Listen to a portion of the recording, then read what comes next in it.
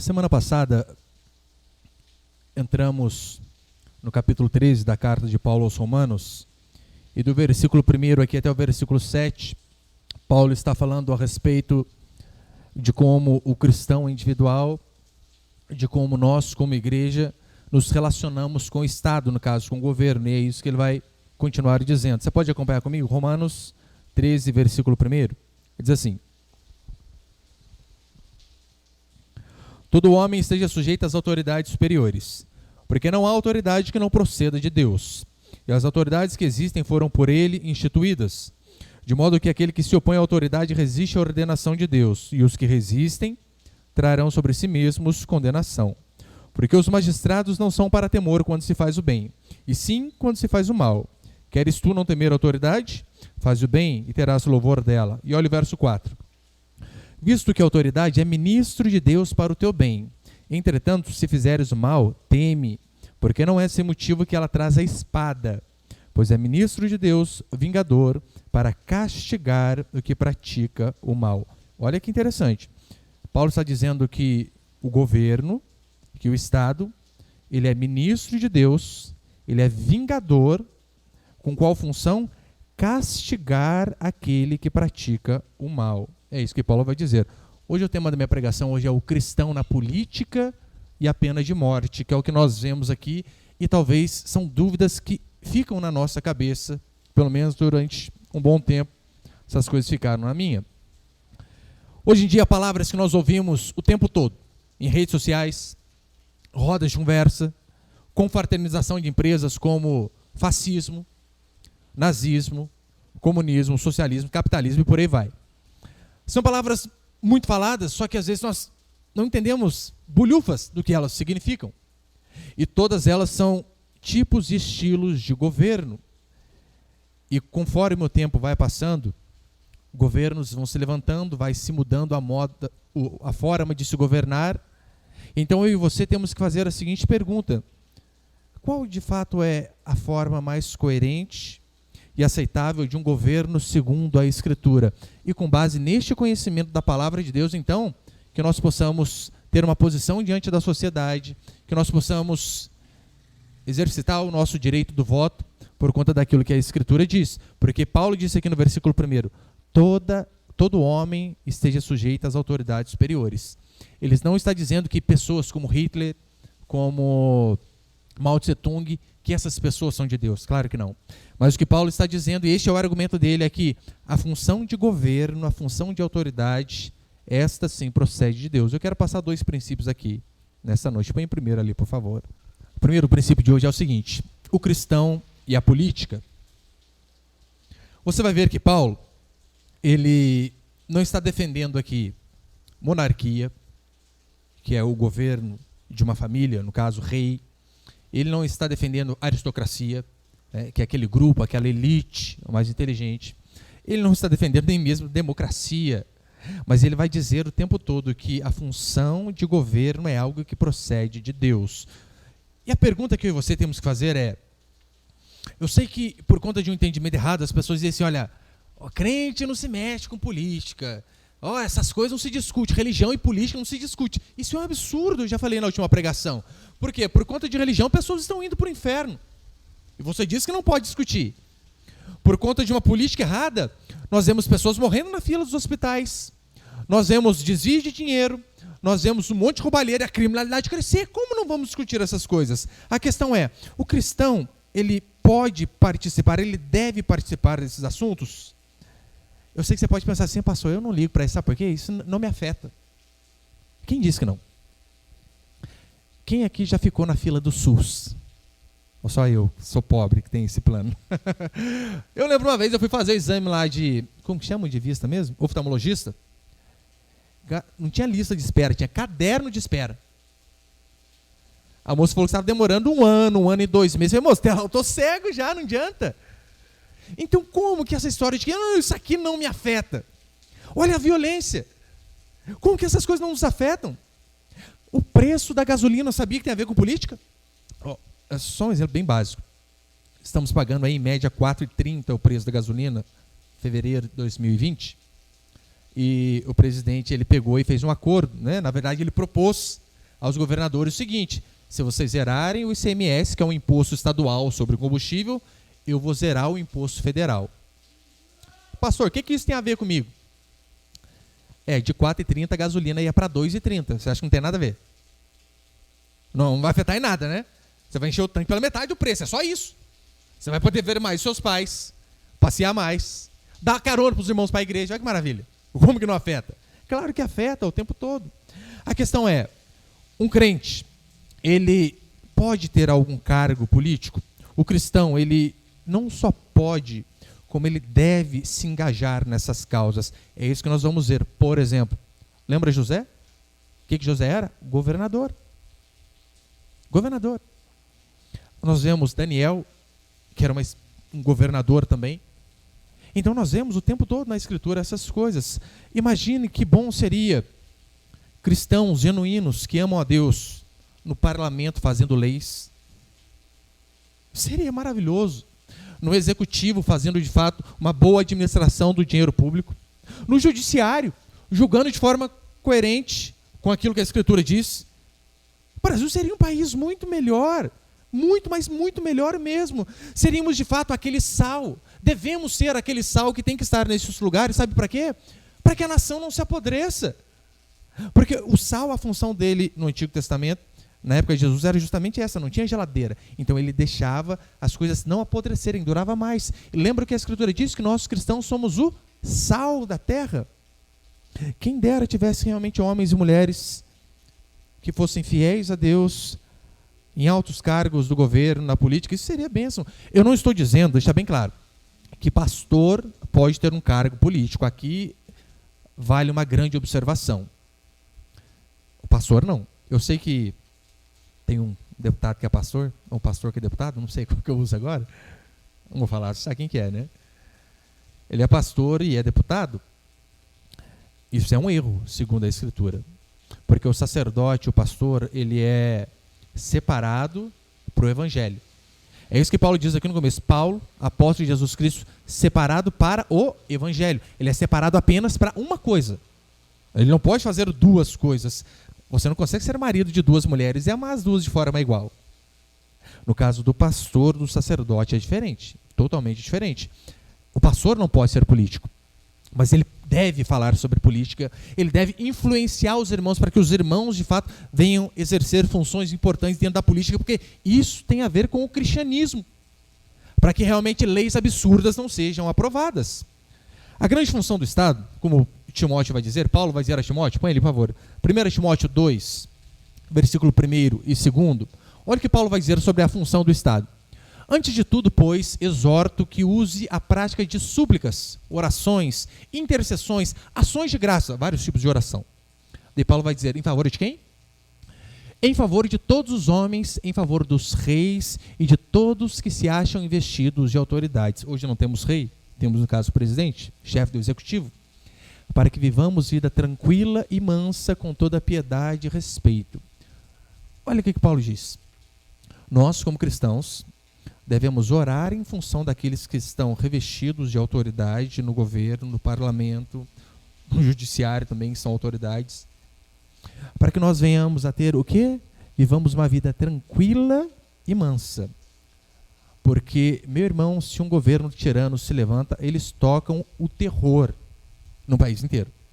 Se você duvida, passa ali 15 dias de férias na Venezuela e você volte e conte para nós o que você achou de lá. Por isso a importância de orarmos em função daqueles que são revestidos de autoridade. Porque a grande função do Estado, do governo, é o quê? Evitar a violência, a manutenção da paz e, de fato, deixar que o povo trabalhe, sem ficar colocando carga tributária, sem ficar colocando empecilho. Se você já tentou abrir uma empresa no Brasil, você sabe o que é você passar nervoso. Exercite fazer isso. Vá abrir uma empresa. Não estou dizendo MEI, não, microempresário individual. É facinho. Abra uma empresa, de fato. Às vezes leva 6 meses para você abrir. A carga tributária é absurda. No começo, você não ganha quase nada. E a consequência, a maioria das empresas, em menos de 2 anos, fecha. Então, a grande função do Estado é evitar a violência, a manutenção da paz e, de fato, deixar o povo trabalhar também, sem ficar colocando empecilhos. Você percebeu que nesses 7 versículos, Paulo ele não fala do papel social do Estado, como, por exemplo, Ministério da Saúde, da Educação. Não fala. Por quê? Porque essa não é a função do governo. O governo não tem que dar educação, sabe por quê? Porque não é a função dele. Ele tem que dar segurança. A educação nós corremos atrás. Só que hoje em dia eu sei que, uma vez eu quase fui apedrejado, porque eu falei, eu quero que acabe o SUS. Pastor quer matar a gente, mas coisa que tem é o SUS. Para pobre. Agora imagine que se cancele o SUS e o dinheiro que nós pagamos em imposto, 44% em média, volte para você. Meu irmão, vai pagar um plano de saúde muito melhor. Você paga pela educação, você querendo ou não, através de taxas em produtos que você consome. Você percebeu a educação lixo que é? Vai olhar o ranking brasileiro lá para você ver. Alunos terminam o 9º ano analfabetos funcionais. Eles sabem até ler, mas não sabem a diferença de ponto e vírgula, não sabem interpretar um texto. É porque o Estado não tem que dar educação. É isso que Paulo vem explicando constantemente aqui. E você percebeu? Paulo fala pouco, sabe por quê? Porque a função do Estado, de fato, ela é mínima. O Estado ele deve restringir o mal. De que forma? De 2 maneiras. Primeiro, advertindo as pessoas que estão fazendo o que é errado. E segundo, punindo as pessoas que foram advertidas e não obedeceram. É isso que Paulo vai dizer no verso 3. Porque os magistrados não são para temor quando se faz o bem. Você está com o documento do carro em dia, você não fica tremendo quando você passa na blitz, fica? Você está vencido, já dá uma tremedeira, não dá? Você para antes, abre o capô, queimou alguma coisa, queimou nada, é migué, né? Que não deve, não teme, não é isso que diz a Escritura? Porque os magistrados não são para temor quando se faz o bem, e sim quando se faz o mal. Queres tu não temer a autoridade? Faz o bem, e terás louvor dela. Eu sei que há exceções, mas via de regra, o que nos faz andar em conformidade com a lei, sabe o que é? O temor da punição. É assim em relação aos seus pais. Por que às vezes você pensa, cara, se eu matar a aula, meu pai não vai nem ficar sabendo, eu acho. Só que esse eu acho aí, pronto, já quase fez xixi na calça. Não vou. Não vou porque eu sei que depois o bicho vai pegar do meu lado. Por que você não faz muitas coisas erradas? Você que é filho ainda. Temor. Por que você não sai no trânsito dirigindo de qualquer jeito? Porque você sabe, você pode acabar com a sua vida, você pode tomar multa, você pode prejudicar os outros. Temor. O que se espera do cristão é claro, né, que ele faça isso por dever e de consciência, como Paulo vai dizer mais adiante. Só que, todavia, existem alguns casos, Paulo diz, né, toda alma esteja sujeita às autoridades, obedeça. Todavia, existem alguns casos em que nós, como seres humanos, como cidadãos, vai haver momentos em que nós não apenas podemos, mas nós devemos desobedecer o Estado. Pastor, mas Paulo não está dizendo que tem que obedecer? Sim, desde que o Estado não fira a nossa fé. Desde que o Estado não nos mande fazer aquilo que nós não concordemos, segundo a palavra. Como eu dei o exemplo na última semana. Se vai lá o parlamento, aprova o casamento homoafetivo, dizendo que é obrigado. E vem um casal de barbudo aqui dizendo, a gente quer casar aqui. O que eu devo fazer? Devo desobedecer o Estado. Ainda que eu corra o risco de ser retaliado, de ser preso. Mas neste caso, quando o Estado vai contra aquilo que nós cremos, nós não apenas podemos, devemos obedecer. Em Atos capítulo 4, verso 18, vai dizer assim: chamando-os, ordenaram-lhes que absolutamente não falassem nem ensinassem em nome de Jesus. Lembra? Pedro tinha sido preso. E então, o que disseram para ele? Olha, a gente vai soltar vocês, mas vocês não falam o nome de Jesus. Não vai pregar esse cara que ele ressuscitou. Não, para! A gente vai soltar vocês, só que não fale mais dele. Olha que interessante. Isso era uma ordem estatal para Pedro. O governo estava dizendo, não fale mais de Jesus. Mas Pedro e João lhes responderam: julgai se é justo diante de Deus ouvir-vos antes a vós outros do que a Deus. Olha, analisa aí, vocês querem que a gente obedeça a vocês ou querem que nós obedeçamos a Deus? É isso aqui que Pedro está dizendo. Pois nós não podemos deixar de falar das coisas que vimos e ouvimos. Ou seja, Pedro estava quase com uma espadinha no pescoço ali. E o governo dizendo, não fala em nome de Jesus. Não quero vocês pregando, não quero vocês fazendo culto. Pedro disse, tá bom, não vou obedecer. Percebeu? Porque mandou fazer algo contra a nossa fé. Imagine que se levante um presidente bem ditador, Deus não se livre disso. E você pode pensar assim, nós podemos pedir impeachment, nos rebelar contra esses maus chefes do executivo? Você sabe, né? A Dilma caiu, 2016, acho, não lembro direito. Quando um governo ditador se levanta, nós temos o dever de nos posicionar. Não há problema em se fazer abaixo-assinado, em se fazer passeata. Claro, tudo dentro da conformidade, não vai fazer igual aqueles vândalos que, vamos fazer a passeata e quebra tudo no meio do caminho. Isso aí não, né? Mas de forma ordeira, é o nosso direito. Agora, se o Estado ditador se torna um tirano, o próprio Estado violou os princípios divinos. Porque o Estado ele está aqui para servir a mim e a você. Sabia que por isso é o nome servidor público? Eu sei que é o contrário, né? Eles pensam que eles são os chefes, que eles que mandam. Não, mas é o contrário, eles são nossos empregados. Deputados, vereadores, governadores, de fato são funcionários nossos. Eles são servidores públicos, estão para servir a população. Mas não, eles invertem. Eles chegam em determinado ponto onde o quê? Eu mando e vocês obedecem e acabou. Isso é um erro, claro que é um erro. E quando isso acontece, ele mesmo deve ser punido. É claro, né? Só um parênteses, não tem a ver com isso daqui. Mas o princípio da obediência à autoridade, nós levamos para todas as áreas da nossa vida, seja a esposa em relação ao marido, os pais em relação aos filhos, os empregados em relação aos patrões. Mas também, até nessas áreas, nós devemos levar em consideração, desde que essas pessoas não nos peçam algo que vai contra a nossa fé. Como assim, pastor? Por exemplo, você é casada, você converteu e seu marido não. Só que seu marido não liga de você ir à igreja. Sem problema. Mas o seu marido um dia diz, olha, você é minha esposa, eu não quero que você vá à igreja, eu não deixo. Se você for, você vai ficar para fora de casa. Quem faz uma situação dessa? Vai ao culto ou dorme na varanda? Dorme na varanda. Aqui é o mesmo princípio, antes importa obedecer a Deus que os homens. Pastor, mas se ele dá uns tapas? Delegacia. Delegacia, sem sombra de dúvida. Ou imagine o seguinte, você é jovem, você é adolescente, você converteu e seu pai e sua mãe não querem que você vá à igreja. A Bíblia diz que nessa situação nós devemos desobedecer, todavia jamais deixar de desonrar. O fato dos nossos pais errarem não nos dá autoridade de falar com eles de qualquer jeito, de desonrar, de bater boca. Eu vou para a igreja porque para mim Deus é mais importante.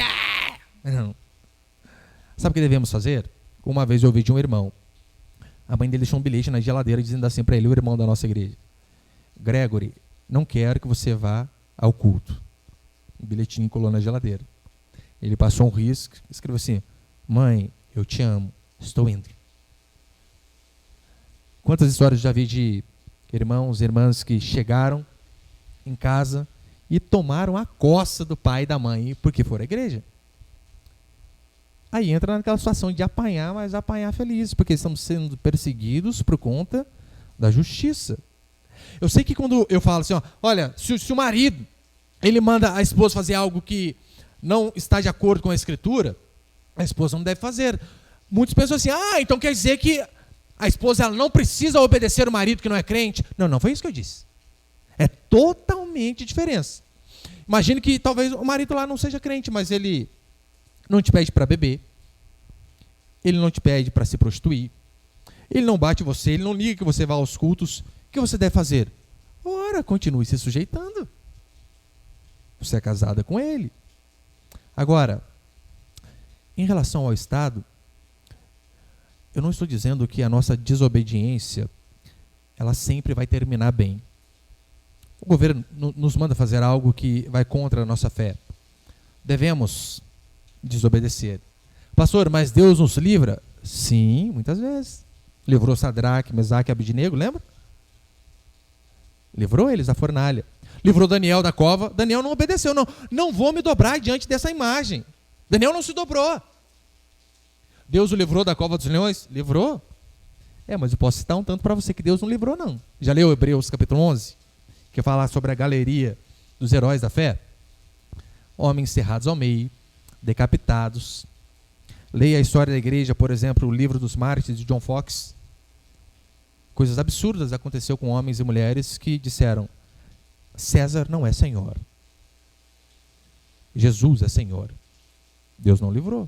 Então, você também seja ciente de que a obediência à sua fé, em contrapartida do Estado, pode nos trazer prejuízo. Diante de uma situação dessa, o que cabe a nós é aguentarmos. Agora, ainda que tenhamos bons e honestos governantes, e essa deve ser a minha e a sua oração. É isso que Paulo disse, foi isso que nós lemos quando ele disse para Timóteo. Ainda que tenhamos bons e honestos governantes, todavia, meu irmão, eu e você, jamais devemos nos gloriar no Estado. Em que sentido? Tem muitas pessoas que a esperança dele, na verdade, não está em Deus, mas está em que, se nós elegermos esse prefeito, se nós elegermos esse presidente, daí o país vai mudar. Eu não estou dizendo que não há mudanças, claro que há. Mas a sua esperança de fato está no homem? Lembra que o salmista diz: feliz a nação cujo Deus é o Senhor. Não é feliz a nação cujo governante é conservador, honesto e de direita. A nossa esperança continua estando em Deus, por isso devemos abominar essas idolatrias, tanto da direita quanto da esquerda. É o Lula livre, igual um zumbi. Mas os outros também, que o mito para tudo que é lado. Isso é absurdo. Estamos aqui apenas como cidadãos e devemos cobrar aquilo que está ao nosso alcance. Olha, o que teve de pessoas, irmãs principalmente, reclamando para mim nas últimas eleições de que, pastor do céu, eu não aguento mais. Eu, o que, irmã? Lá em casa é Bolsonaro da hora que acorda, da hora que dorme. Meu pai amado! Fala com meu marido. Você vai olhar o Facebook do cara, tem mais foto do mito do que da mulher. Isso é um absurdo. Com certeza. Eu e você devemos ser coerentes. Cremos, sim, que biblicamente o caminho melhor é o caminho do capitalismo. É o que a Escritura, pelo menos, vai mostrar em todos os caminhos.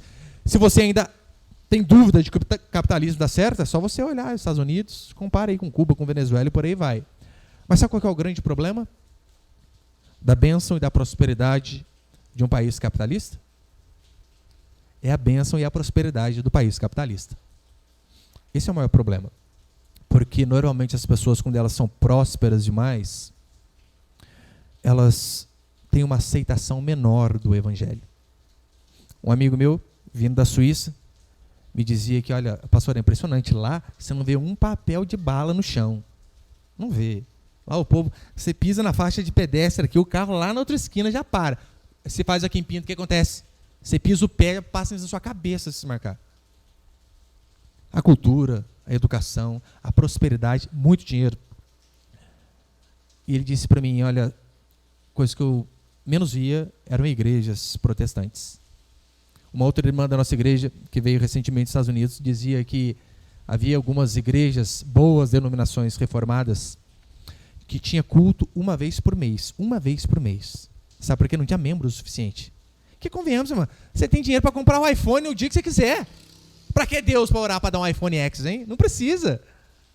Você consegue ver como que às vezes a prosperidade também ela pode ser um problema? O cristão nunca deve esperar demais do Estado. Portanto, essa historinha, Bolsonaro, última esperança para a nação, é o escambau, é nada. A esperança para a nação é o nosso Senhor Jesus Cristo. E segundo e último princípio que nós vemos aqui também, eu quero falar sobre pena de morte e guerras. Quase tivemos uma, né? Pastor, pode ir, nós, crente. Eu sei que cristãos tementes a Deus, às vezes, têm dúvida em relação ao assunto que talvez para alguns é polêmico, como, por exemplo, pena de morte. É justo? Não só se é justo, é bíblico. Uma vez conversava com um médico super inteligente, ele dizendo para mim, pastor, tem dúvida nesse assunto? Então eu comecei a mostrar os textos para ele. Por quê? Por que muitos têm dúvida quanto, por exemplo, a pena de morte, quanto o Estado matar? Porque talvez na sua cabeça já esteja colado o Êxodo 20, versículo 13. não matarás.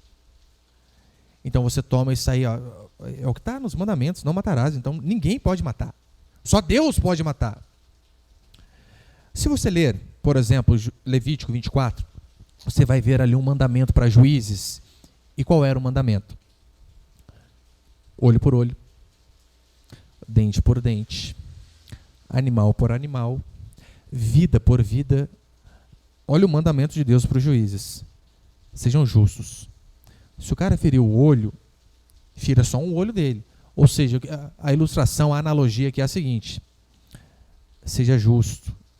Ah, tá bom, o cara atropelou o outro de moto e quebrou o pé. O que você vai fazer? Vai matar o cara? Não. Proporcional. É isso que o livro de Levítico está explicando. Existe algo no Antigo Testamento, em Êxodo 22, verso 1 e 2, um versículo de suma importância, que às vezes os cristãos passam despercebidos. Se alguém furtar boi ou ovelha e o abater ou vender, furtar boi ou ovelha, troque hoje aí, se alguém furtar o celular, o iPhone, o smartphone, só para você entender. Se alguém furtar o boi ou ovelha e o abater ou vender, tá vendo? O povo vendia boi, hoje em dia rouba e vende celular. Por um boi pagará 5 bois. Ah, roubou seu celular? Paga 5, era mais ou menos essa a ordem. E 4 ovelhas por uma ovelha. Mas olha o verso 2, que interessante. Se um ladrão for achado arrombando uma casa, você chega na sua casa, o seu esposo está lá dentro, o cara está roubando a sua casa, fazendo a limpa.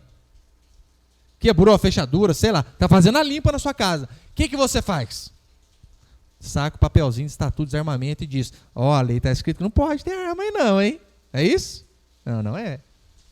Se um ladrão for achado arrombando uma casa e sendo ferido, morrer, quem ferir? Você! Você que é o dono! Se um ladrão for achado arrombando uma casa e sendo ferido, morrer, quem o feriu não será culpado do sangue. Ou seja, você está lá na sua casa e o marginal pula o seu quintal para roubar, para fazer algum mal para sua família. O que você deve fazer? Meu irmão, pega um revólver e dá um tiro no meio da testa, se você tiver. É isso que a Bíblia está dizendo? Você vai ser punido por conta disso? Não! Não vai! Isso na nossa lei chama-se legítima defesa. É por isso que o cristão ele pode sim ser a favor de porte de armas. Ele deve, melhor dizendo. Eu não estou dizendo que você é obrigado a ter uma arma. Uma vez eu conversar com o irmão, eu expliquei para ele, dei todos os princípios bíblicos de que nós devemos andar armado ainda mais no mundo que nós vivemos, no país que nós vivemos. Ele disse: pastor, eu não sou contra o porte de armas, mas se liberar, eu não vou ter. É diferente? Você não quer ter, pronto. Agora não é porque você não quer ter, que você tem que me proibir de ter. Daí o que faz se um ladrão pula na sua casa? Taca flor nele, CD de videogame. Hã? Panela de arroz. Pastor, mas isso aí era no Antigo Testamento. Paulo, no versículo 4, ele repete: visto que a autoridade é ministro de Deus para o teu bem. Entretanto, se fizeres o mal, teme, porque não é sem motivo que ela traz a espada. Semana passada eu falei, traz a espada, uma alusão à autoridade. Os soldados antigamente tinham espada, não tinha arma com pólvora. Podemos parafrasear o versículo da seguinte forma: porque não é sem motivo que o policial traz a pistola, o R15 e o HK. Pois é ministro de Deus, vingador, olha, ministro de Deus, vingador, aquele que vinga, para castigar o que pratica o mal.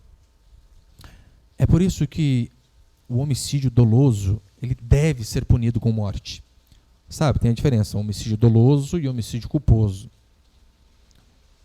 Homicídio culposo, por mais que não pareça, é para dar um bug na nossa mente. Culposo é quando você não tem culpa. Estranho, né? Mas o que é um homicídio culposo? É a pessoa que matou sem intenção. É, infelizmente, a pessoa que está dirigindo e quebra a barra de direção do carro, ele acerta alguém na calçada. A pessoa não planejou quebrar a barra de direção, diferentemente da pessoa que bebe e assume o risco de matar. É diferente. Mas esse é o homicídio culposo, quando não tem intenção. Esse aí ele deve ser punido, com certeza. não com morte. Agora, o homicídio doloso, que é aquele arquitetado, é aquele planejado, é aquele que a pessoa tem a intenção de fazer. Segundo a Escritura, este deve ser punido com morte também. Por quê? Porque a vida é preciosa demais, mais importante que todas as posses, e o homicida, na verdade, ele está usurpando de uma prerrogativa apenas de Deus. A pessoa que deliberadamente mata, ela está usurpando de uma prerrogativa divina. E segundo a Escritura, essa pessoa também deve morrer. É por isso que o propósito da pena de morte ou da pena capital é, de fato, reivindicar o domínio de Deus sobre a vida. Para dizer, eu é quem mando. Se você tira a vida sem minha autorização, você deve pagar com a sua vida. Só que eu sei que isso pode parecer duro demais, já estou encerrando. Eu sei que isso pode parecer duro, porque algumas pessoas dizem assim, pastor, mas é a segunda chance do fulano, pastor. Todo mundo tem uma segunda chance. A vítima tem segunda chance? Hã? Não tem. Pergunta lá, para a moça que foi estuprada lá pelo Champinho e pela gangue dele. Cadê a segunda chance dela? Não tem. A vítima não tem segunda chance. Agora, mas ainda assim, se houver pena de morte no Brasil, e eu sou a favor, segundo a Escritura, é claro que a pessoa vai ter segunda chance. Imagina, ela foi presa hoje, que ela cometeu um assassinato. No Brasil, demora um pouco para ser julgado. Vamos colocar, demora 6 meses e ele é condenado à morte. 6 meses. Ela tem 6 meses para se arrepender, meu Deus. Vai morrer, com certeza, maravilha. Mas ela vai se arrepender e não vai para o inferno, pelo menos. Vai dizer que não teve segunda chance? Claro que teve. Teve sim. É isso que nós vemos, por exemplo, um ladrão na cruz. Lembra? Fez mal a vida inteira.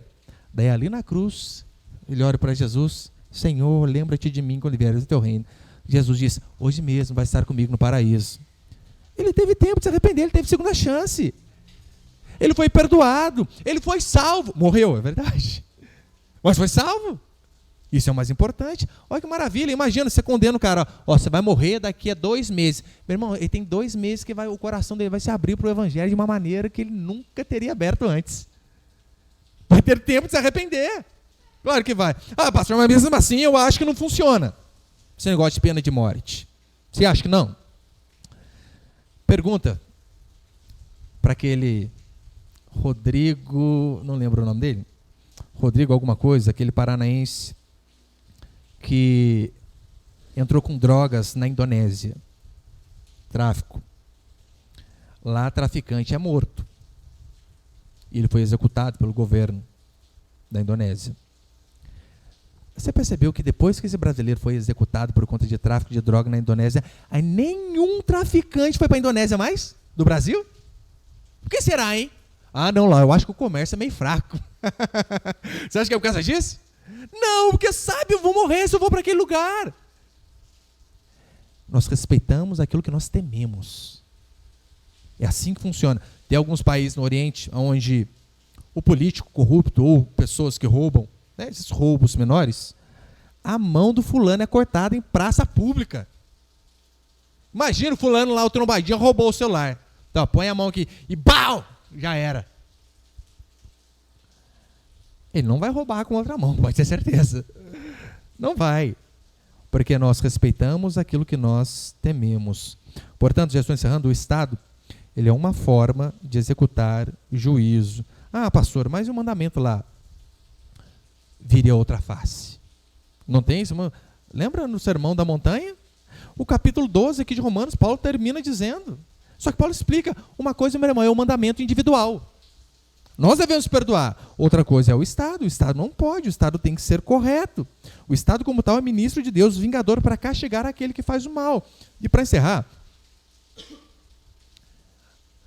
como que um cristão faz, por exemplo, em questões onde o país entra em guerra?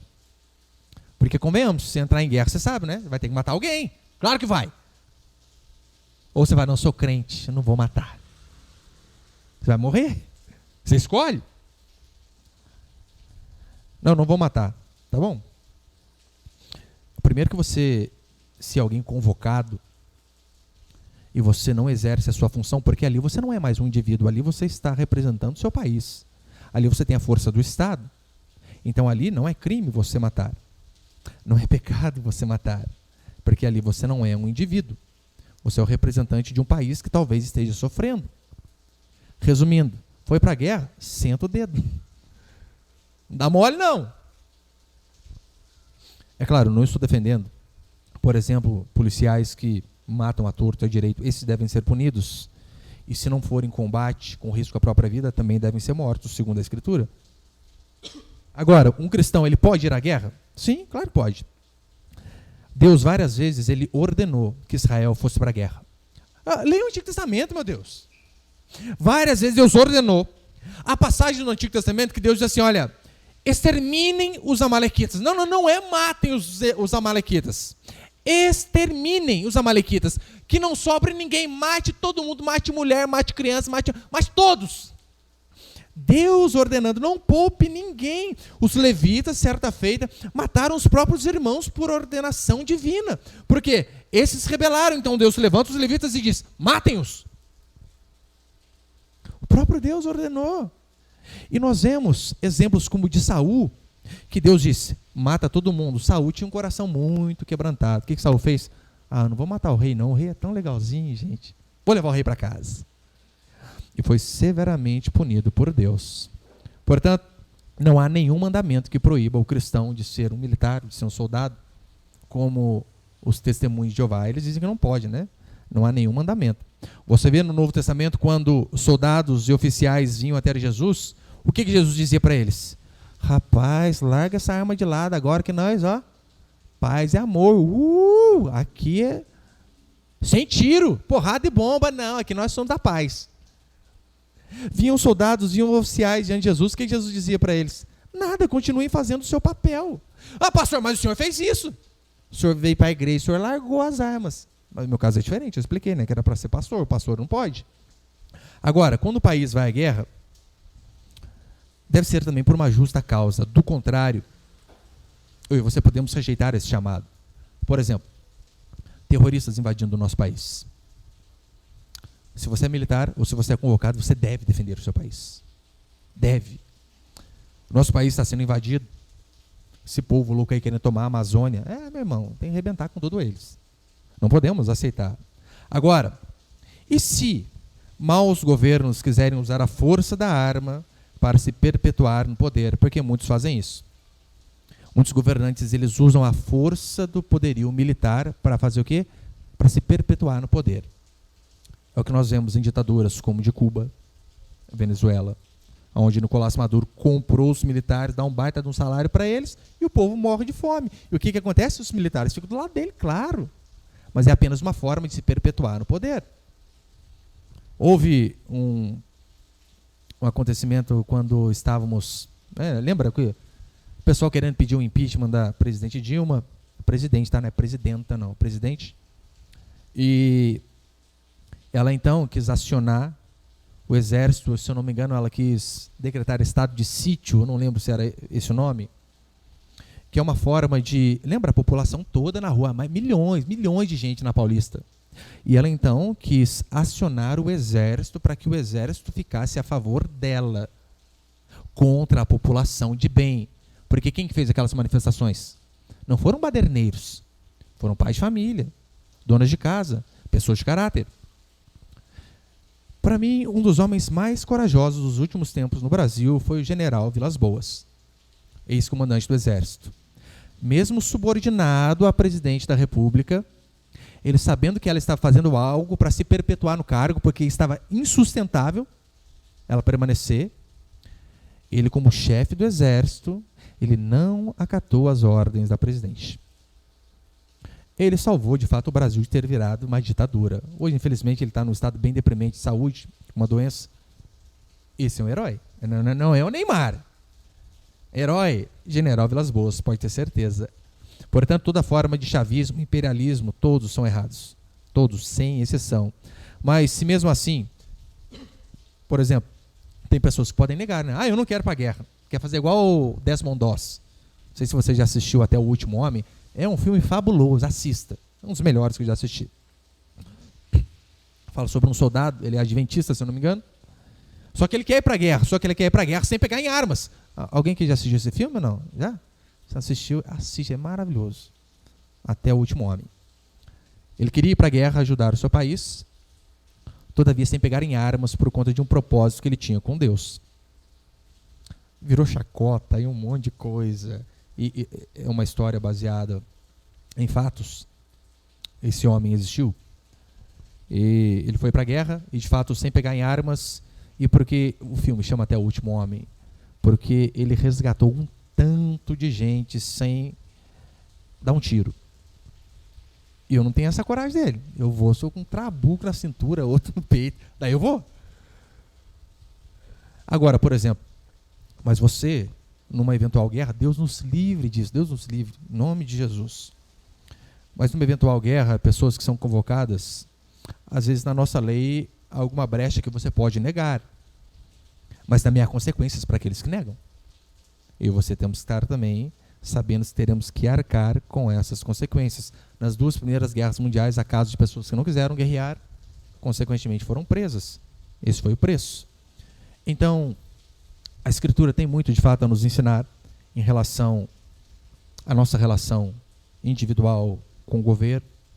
E a semana que vem, que Deus nos dê a graça, eu quero falar de qual é a relação de nós com a igreja, como a igreja deve se comportar diante do Estado.